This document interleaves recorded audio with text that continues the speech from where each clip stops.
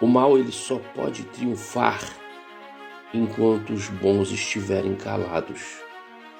A missão da luz, ela sempre será o extermínio das trevas. Isso significa dizer que aqueles que são chamados para o serviço de Deus, para o ministério de Deus, não podem simplesmente ficar parados esperando as coisas acontecerem. É preciso que você que tem um chamado, que foi separado para a obra do Senhor, você faça a diferença, ou seja, você cumpra o papel, a missão a qual o Senhor te designou. Em Jeremias capítulo 32, verso 27, o versículo que eu usarei para a introdução desta ministração, diz: Eis que eu sou o Senhor, o Deus de toda a carne. Acaso haveria alguma coisa demasiada difícil para mim? Queridos, nos dias de hoje é necessário que exista uma voz profética para que possa despertar o povo, para que possa realinhar o povo ao compromisso, ao chamado, à presença de Deus. As facilidades da nossa vida, ela tem feito com que muitas das vezes o povo se distancie do Senhor. As tecnologias, os avanços na área da ciência, da educação, na área social, muitas das vezes proporcionam facilidades que, na verdade, fantasiadas de bênção, têm outro senão o intuito de afastar a humanidade de Deus. Então é necessário que, em meio a tudo isso, haja a voz de um profeta chamando a fala ao povo, chamando a fala ao rebanho de Cristo, para que assim ele se realinhe, se reenfilere, se recoloque na posição a qual foi anteriormente chamado por Deus. Não há que se dizer que um homem, uma mulher, um jovem, ele possa viver distante do seu Criador. A princípio, quero vos lembrar que nós não fomos criados para estar diante de Deus. Quando o homem foi criado, quando o homem foi projetado, ele desfrutava da presença contínua e constante do Senhor. Mas por causa dos pecados do próprio homem, ele foi distanciado de Deus e passou a sofrer, a penar, a ter que lutar por suas conquistas. Muitas das vezes essa luta, essas necessidades prementes do dia a dia fazem com que nós também deixemos de buscar ao Senhor como nós deveríamos buscar. Então o Senhor levantou o seu próprio Filho como exemplo para que, através dele, da sua palavra, dos seus ensinamentos, o mundo fosse novamente alcançado pelo Senhor. E assim, desde então, discípulos têm sido levantados, homens e mulheres de Deus têm sido enviados aos quatro cantos da face da terra, para que o povo, ouvindo o chamado, ouvindo a palavra desses profetas, possam então se realinhar com o Senhor. Muitas das vezes, porém, quando o profeta ele sai a desempenhar o papel, o seu chamado, a bradar na terra, ele se depara com dificuldades, ele se depara com lutas, ele se depara com afrontas, ele se depara com perseguições, ele se depara com dificuldades diversas que também chegam até ele com o intuito de esmorecer a sua fé. E nesse momento, o profeta, crendo naquele a quem o enviou, busca a sua face e recebe de Deus o refrigério, como nesse versículo em Jeremias 32, 27, em que o Senhor ele fala: Eis que eu sou o Senhor, o Deus de toda a carne. Acaso haveria alguma coisa demasiada difícil para mim? E assim chega o conforto, o consolo ao profeta, aos enviados de Deus. Porque aquilo que porventura se coloca numa posição dificílima para nós, não é para o Senhor. Podemos nós termos dificuldade de nos empenhar nas nossas tarefas ministeriais, nos nossos compromissos, nossos objetivos firmados para com Deus, mas podemos descansar no Senhor, tendo a certeza de que no momento em que nós não pudermos fazer ou realizar essa ou tal coisa, Deus o fará em nosso lugar. Assim, queridos, nós meditamos no texto de 1 Reis, capítulo 18, versículo 30 ao 39, onde o texto nos fala sobre Elias batalhando contra os deuses pagãos. E esse, irmãos, é a resposta, é a consignação do nosso chamado. É o motivo pelo qual todos nós, servos e servas do Senhor, ministros do Evangelho, fomos chamados para batalhar com toda a malignidade, com todas as hostes malignas no campo espiritual, no mundo espiritual, para que assim possamos levar a libertação ao povo cativo. A batalha de Elias, queridos, contra Baal e seus profetas, ela prefigura a luta do bem contra o mal. De todos os milagres retratados aqui, esse pode ser considerado um milagre especial, único, singular, porque não é um milagre pessoal, mas um sinal que desmascara um governo espiritual dominante. Deus tem seus elementos surpresas, e Elias é um desses elementos surpresas. Elias é um profeta que surge do nada, sem referência, sem genealogia, mas com uma palavra fulminante, uma palavra forte, uma palavra com autoridade, uma palavra com poder, que tornou inerte o Deus da chuva e da fertilidade, os deuses pagãos, os deuses mundanos, numa época em que ser profeta era colocar a sua vida pelo fio da espada. Após a morte de Salomão e a divisão do reino de Israel, nós vemos que o próprio Israel passou por uma terrível sucessão de reis que contaminaram o povo com idolatria, maldade, traição, imoralidade, perversão e engano. O reino do mal ele se iniciava no coração daquele que estava no trono e se derramava sobre todas as pessoas daquela terra. A Bíblia traça um relato escuro de todos esses reis e faz questão de apontar o pior de todos eles.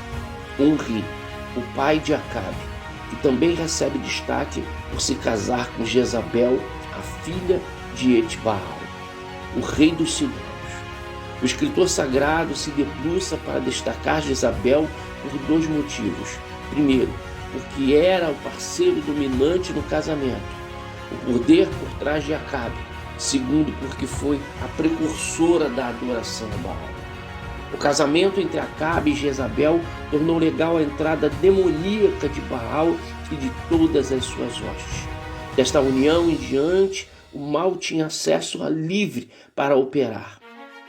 Nós vemos que Jezabel, ela exibia todas as marcas da possessão demoníaca e, de acordo com o registro de seus feitos, com os relatos bíblicos, era realmente enviada de Satanás. Queridos, em termos espirituais, este foi um tempo de desespero completo. A separação entre Deus e o seu povo havia atingido o seu ponto mais distante. Esse é o relato das trevas demoníacas que envolviam Acabe, na casa de Baal, que edificara em Samaria.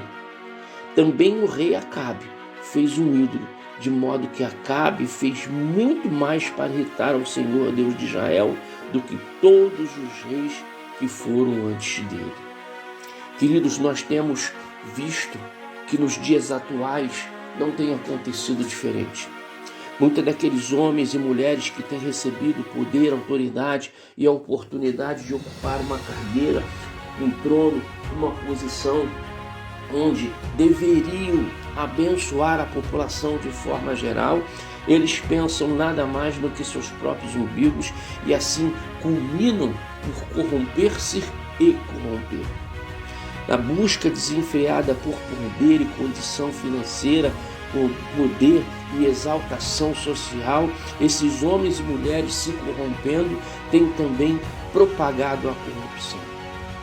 Homens que deveriam estar a serviço, honrando a Deus e honrando aqueles que os colocaram naquele determinado lugar, naquela determinada posição de honra, culminam por se corromper e abandonar o voto de confiança com que receberam. Muitas das vezes, essa corrupção se estende, infelizmente, também às igrejas de Deus. Homens e mulheres que têm sido levantados com o intuito de pregar a palavra do Senhor, mas que no meio do caminho se perderam e se deixaram levar e abraçar pelas vantagens, pelas possibilidades, pelas facilidades com que a sua posição os conduz. Muitas das vezes, homens e mulheres que cederam às tentações do caminho, que receberam convite e ao se deparar com as possibilidades contidas nesses convites, se deixaram levar e assim abandonaram o caminho, o projeto inicial de Deus. E assim, abandonando o projeto inicial de Deus, se corromperam e também fizeram a propagação da corrupção.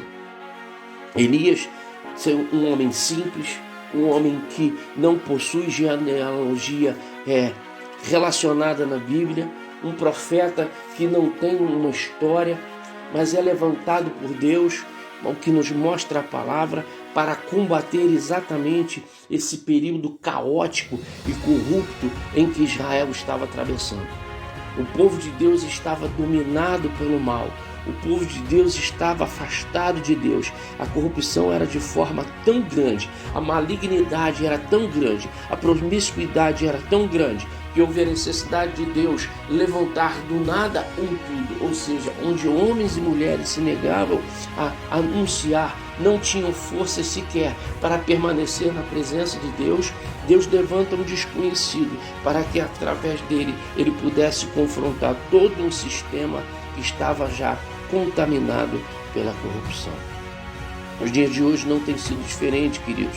Deus tem levantado homens e mulheres também para que pudessem continuar a missão de Elias, para que pudesse continuar a missão de Deus, para que pudessem restaurar o altar da casa de Deus e a comunhão do Senhor. Muitas das vezes a corrupção ela tem se manifestado em vários níveis, no trabalho, no local de escola, no local de aprendizado, num convívio familiar.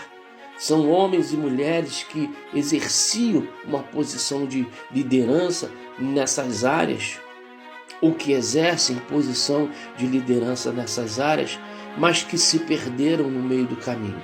E agora todo um nível sofre, toda uma área sofre, quando a corrupção se manifesta dentro do lar, quando a corrupção se manifesta dentro do seio familiar, toda a família sofre.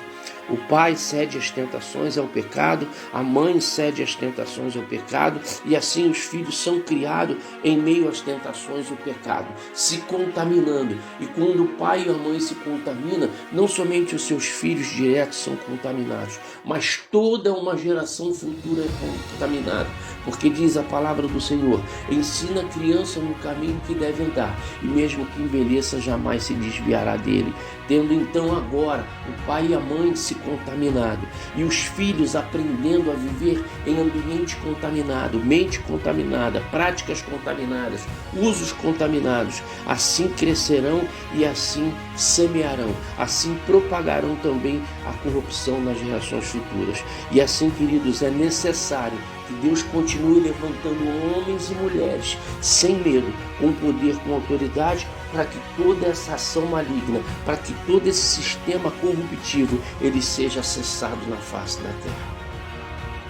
Nós vemos que a Bíblia nos relata que o mundo jaz no maligno, significando dizer que todo o mundo está corrompido, mas ainda existem homens e mulheres de Deus, levantados por Deus em meio a toda a simplicidade, homens e mulheres sem exaltação, homens e mulheres sem histórico de grandeza, homens e mulheres sem status, homens e mulheres que não têm um histórico de evidência, mas têm recebido do Senhor a missão de propagar o evangelho da salvação e assim livrar a humanidade da corrupção e da condenação eterna. Servir ao Senhor em meio a esse caos, queridos, não é fácil. Servir ao Senhor em meio à problemática não é fácil. Fica muito mais tranquilo quando você prega a palavra de Deus em um ambiente são. Mas Deus não nos chamou e não nos enviou para os sãos. A Bíblia diz que nós fomos enviados aos pecadores. A palavra de Deus nos ensina que Ele mesmo não veio para os sãos, mas sim para os enfermos, para dar oportunidade de cura, para dar oportunidade de mudança, para dar oportunidade de salvação, para dar oportunidade de transformação, para dar oportunidade para que as pessoas que hoje vivem em meio à corrupção, à tentação, ao pecado, à luxúria, à malignidade, à idolatria, para que estas mesmas pessoas possam ter um reencontro com Deus e assim abandonar o caminho tortuoso e as práticas tortuosas. Pode ser que nesse momento você mesmo esteja se questionando como você, como obreiro, como obreira, como ungido do Senhor, vai se portar diante de uma situação. E eu quero te dizer uma coisa, querida, não se desespere. Continue confiando no Senhor, porque Deus me trouxe nesta manhã para te trazer essa palavra de renovo, de fortalecimento, para te colocar a certeza, para reacender a certeza no seu coração de que você está no caminho certo. Você tem enfrentado lutas, dificuldades exatamente por ser diferente, por não ser corrupto, por não concordar com o pecado. Foi por isso que Deus te chamou, porque conhece o teu coração, conhece a retidão do teu coração e por isso tem te dado poder e autoridade. Não temas, porque o Senhor é contigo. Não te assombres, porque o Senhor é o teu Deus. Ele pelejará as tuas causas. Ele se levantará e Ele mesmo pelejará contra os teus inimigos. Não há nenhum deles que prevalecerá contra a tua vida, porque tu é fiel e o Senhor te conhece. Queridos, o casamento entre Acabe e Jezabel tornou legal a entrada demoníaca de Baal e todas as suas hostes. Desta união em diante, o mal tinha acesso livre para operar. Nós vemos que Satanás, ele contaminou através da prática da idolatria a todos os povos e agora estava contaminando ao povo eleito, porque exatamente Jezabel e Acabe permitiram com que essas práticas fossem práticas normais no meio do povo separado e ungido de Deus. A separação entre Deus e o seu povo havia atingido o ponto máximo e era necessário que tudo isso cessasse. Pode ser que nesse exato momento você tenha sido enviado por Deus a uma situação de extrema corrupção e você não esteja consciente ainda do tamanho da obra que Deus tenha colocado nas suas mãos. Pode ser que você mesmo esteja habitando num local corrupto, num local perverso, num local mau, num ambiente onde a corrupção, a maldade é evidente, onde a violência é evidente. Mas existe um propósito de Deus para todas as coisas. E pode ser que exatamente o fato de você estar ainda habitando neste local onde a malignidade reina é porque Deus tem um propósito para cumprir através de você na vida dessas pessoas que aí estão.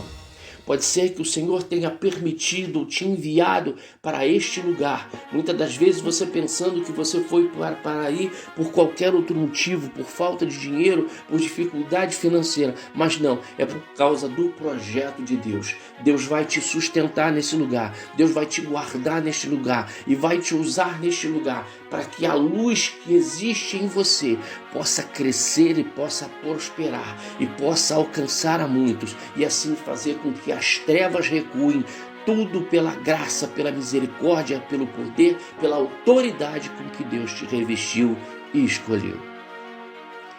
E sucedeu que, vendo Acabe a Elias, disse-lhe: és tu o perturbador de Israel?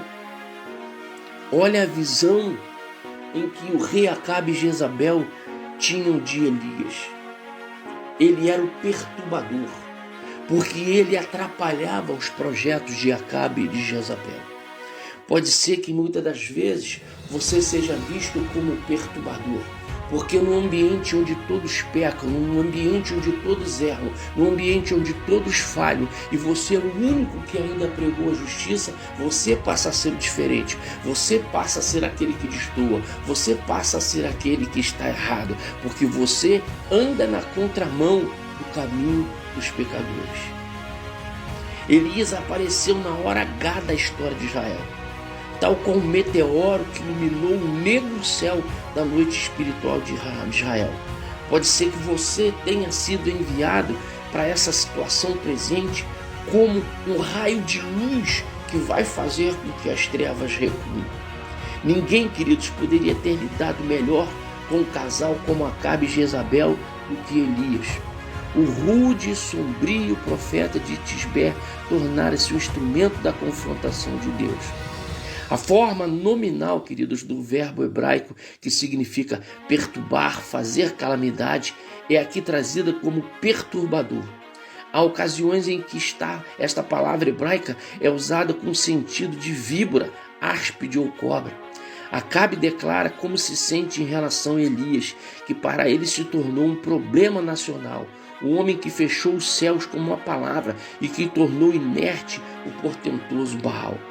Querido, está começando a ficar claro o propósito de Deus para as nossas vidas. Está começando a ficar claro o propósito de Deus para os seus profetas no dia de hoje. A confrontação da malignidade e do mal. Nós estamos na face da terra para confrontar a maldade, para lutar contra as hostes espirituais. Nós precisamos nos levantar com poder e autoridade que o Senhor já nos concedeu e apregoar a palavra de salvação, sem temor, sem medo, sem receio, porque o Senhor Deus que nos enviou é conosco e Ele mesmo está ao nosso lado para que possa nos dar condição de cumprir com louvor a nossa missão, a nossa tarefa, o nosso compromisso. Durante muitos anos, Israel viveu sob a égide da descrença e da impiedade de seus governantes. Como se não bastasse, queridos, Acabe e Jezabel, sua parceira dominadora, eram os piores da turma. Naquele instante surge no cenário um profeta sem referências, que não marca audiência e entra na presença do rei com o dedo em punho, dizendo: a partir de hoje não chove mais em Israel. Vive o Senhor Deus de Israel, perante cuja face estou. No palácio, diante do rei e de todo o seu exército, esse homem aparece sem audiência prévia e diante do rei e de todo aquele povo que o cercava, diante de todo o seu exército, sem sequer hesitar, pronuncia a sentença divina: nestes anos nem orvalho nem chuva haverá, senão segundo a minha palavra. Elias está com o dedo na face de Satanás, está pondo, querido, as coisas em pratos limpos e desmascarando todo um sistema de governo. Baal era a divindade da chuva, toda a colheita, toda a prosperidade eram atribuídas a ele. Dizer que não iria chover mais era simplesmente ridicularizar esse Deus diante de todos. Elias estava ali, queridos, afirmando que a colheita iria fracassar, que o gado morreria e a fome iria se espalhar. Ou seja, a festa acabou. Agora vocês vão ver quem é que está mandando. Elias estava anunciando publicamente a falência da malignidade, a falência do próprio Deus Baal. É assim que deve se portar um ungido, uma ungida, um escolhido, uma escolhida de Deus. Se portar com autoridade, exercendo a fé e o poder que Deus deu e fidelizando a sua palavra, o Senhor honrará a toda palavra que sair da tua boca. Quando você está na posição de retidão, de comunhão, de justiça diante de Deus, quando você está simplesmente exercendo a vontade do Senhor, o poder e a autoridade que Ele manifestou sobre a sua vida, Ele se multiplica, Ele cresce, Ele se evidencia e tudo aquilo que você determinar no nome do Senhor acontecerá.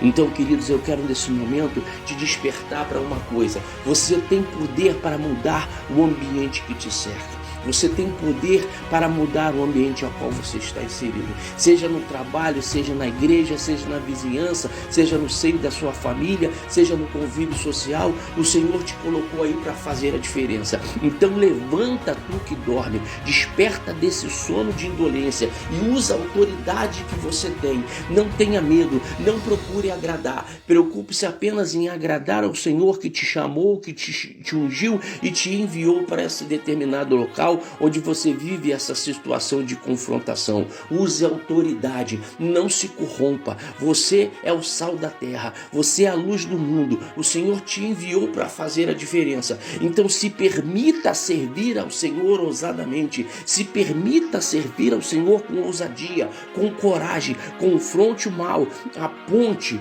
decida que a mostrar a esses que te cercam qual é o verdadeiro caminho.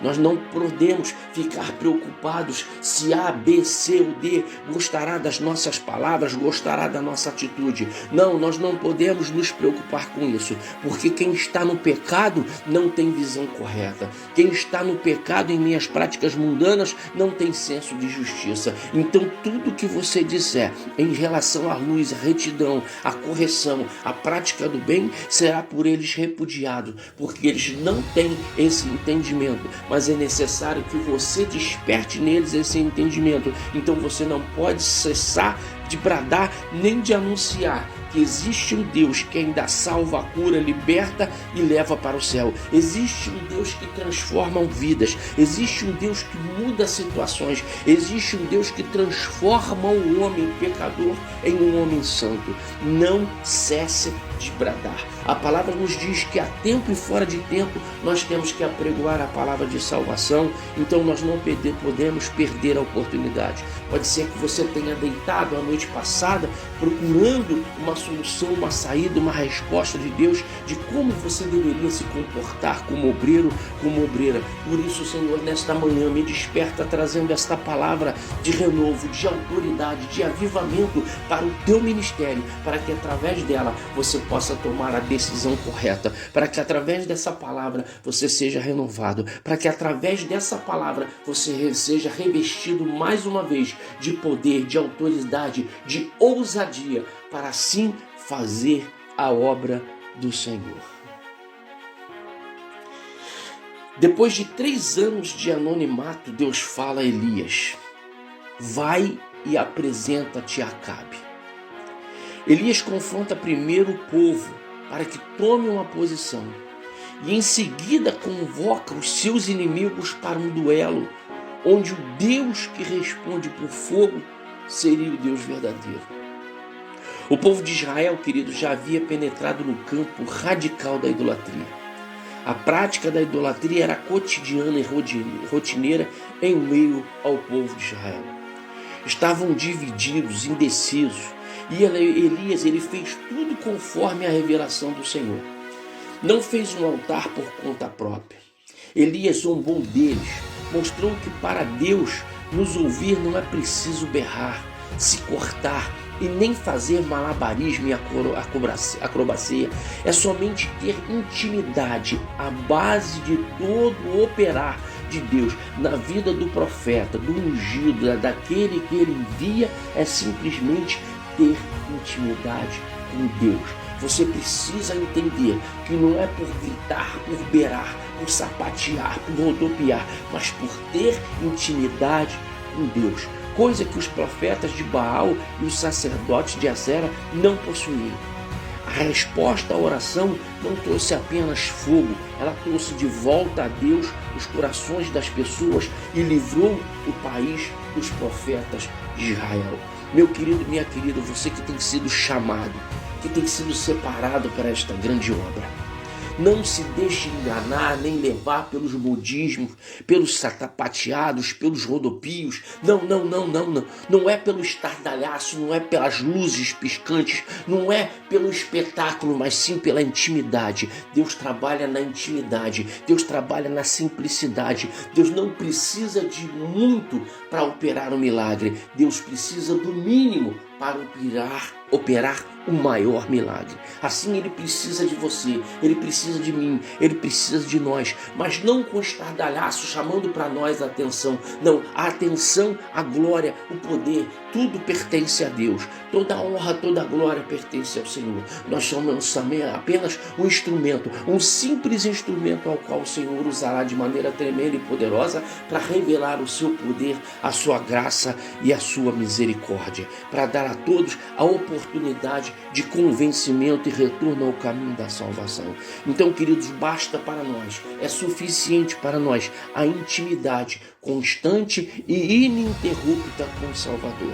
É necessário que você, que faz a obra de Deus, tenha comunhão com a sua presença, tenha comunhão com a sua palavra, tenha uma vida de oração, tenha uma vida de busca e de revestimento. E assim, aonde você colocar a planta do seu pé, na hora que você colocar a planta do seu pé, quando você abrir os seus lábios, na hora em que você abrir os seus lábios, a glória do Senhor se manifestará e alcançará ao propósito para qual você foi enviado. Tudo vai acontecer, mas é necessário intimidade com Deus. Muitas das vezes, os ardis de Satanás tentam tirar de nós essa intimidade com Deus. Mesmo sendo profetas, nós não estamos isentos de luta. Nós não estamos isentos de dificuldade. Nós não estamos isentos de confrontações. Nós não estamos isentos de acusações. Nós não estamos isentos de boatos. Nós não estamos isentos de fracassos. Nós não estamos isentos de lutas, de amarguras, de dor. Não, Jesus falou que no mundo teríamos aflições. Mas ele também diz, não vos preocupeis, porque eu venci o mundo. Não permita que nada tire, nem mine a sua intimidade com Deus. Essa é a chave do êxito na minha e na sua vida, no meu ministério e no seu ministério. Intimidade com Deus. Intimidade com Deus. Intimidade com Deus. Muitas das vezes a pessoa dentro da sua própria casa vão tentar minar a sua intimidade com Deus. Os seus amigos no convívio social, alguns deles tentarão minar a sua intimidade com Deus. No seu local de trabalho, haverão pessoas que tentarão minar a sua intimidade com Deus. Em vários ambientes haverão aqueles que te desdenharão, que debocharão, que te menosprezarão, que vão debochar de você, tentando minar a sua intimidade com Deus. Mas você não pode permitir que isso aconteça. Queridos, quando a situação da nação era de declínio espiritual e o povo estava em cima do muro, Deus encontrou coragem em um homem para confrontar o que era errado. Todavia, a verdadeira batalha, queridos, não era no campo físico, mas sim no espiritual. A cegueira da nação e toda a sua escravidão espiritual se iniciaram quando Acabe e Jezabel contraíram matrimônio. Seja qual for a união que venhamos nos associar, deve ser muito bem pensado. Depois que tornamos algo legal no mundo espiritual, as consequências, meus amados, podem ser fatais e não somente drásticas. Jezabel teve livre-arbítrio para matar os profetas de Deus. Era legalmente uma autoridade. Ela era a cabeça de Acabe. Era uma mulher feiticeira e usou seu poder para amedrontar, para dominar e surrupiar tanto a fé do povo quanto o lugar de adoração a Deus. Hoje, muitos casamentos podem se tornar um inferno em vez de bênçãos. Muitas alianças podem matar em vez de dar a vidas. Muitas sociedades podem levar ao fracasso ao invés do sucesso. Cuidado, querido, com quem você tem se aliançado. Cuidado com quem você tem caminhado. Cuidado com quem você tem acompanhado. Cuidado com quem tem andado contigo. Cuidado com as suas companhias. Cuidado com os ambientes que você frequenta. Você foi chamado para ser luz e não trevas. E a palavra de Deus nos adverte que comunhão tem a luz com as trevas. Então nós devemos pensar e repensar e escolher bem e vigiar quanto àqueles que andam conosco, ao qual nós também os acompanhamos. O homem que foi separado para andar na luz não pode ter comunhão com trevas. Cuidado, porque as suas escolhas podem também estar colaborando, corroborando para minar a sua intimidade com Deus e assim frustrar os planos de salvação do Senhor na sua casa, na sua família, no seu convívio social, no seu trabalho e no ambiente em que você convive. Queridos, Elias, ele chama toda a nação em um determinado momento para reparar não o altar de pedras, mas o altar da própria vida. O altar da comunhão pessoal com Deus. O que faltava na vida do povo era a água, ou seja, a palavra de Deus. O povo não sabia mais discernir quem era Deus e quem não era. O altar é o lugar onde sacrificamos o que temos de mais valioso para as nossas vidas. E o que mais valia nos dias de Elias era a água. De outro modo, durante, queridos, 3 anos houve essa seca. morte e escassez de alimentos. E foi nesse altar que se revelou o grande mistério da batalha. A água simbolizava Baal, o deus da chuva. O fogo é um símbolo do próprio Deus. É comum a água apagar o fogo e nunca o fogo cegar a água. O fogo lamber a água significa que Deus literalmente engoliu a Baal e a verdade venceu a mentira. Oh Senhor, glórias a Deus, Tu és o nosso Salvador. Queridos, que o poder sobrenatural de Deus se manifeste nessa manhã sobre a sua vida. Que o poder de Deus possa contrariar toda a prospecção mundana e maligna e possa te exaltar e te honrar, fazendo com que todos te vejam como um homem e como uma mulher de Deus. Que Deus nessa manhã, Ele possa estar restaurando o teu ministério, a tua coragem, a tua força, a tua fé, e que você entenda que essas lutas as quais você tem passado e tem enfrentado fazem parte do propósito e do chamado que Deus tem para contigo. Deus te chamou para contrariar, Deus te chamou para despertar, Deus te chamou para confrontar, e por isso Ele tem te dado poder e autoridade. O mundo, as situações têm tentado fazer com que você duvide do poder e autoridade que o Senhor te deu.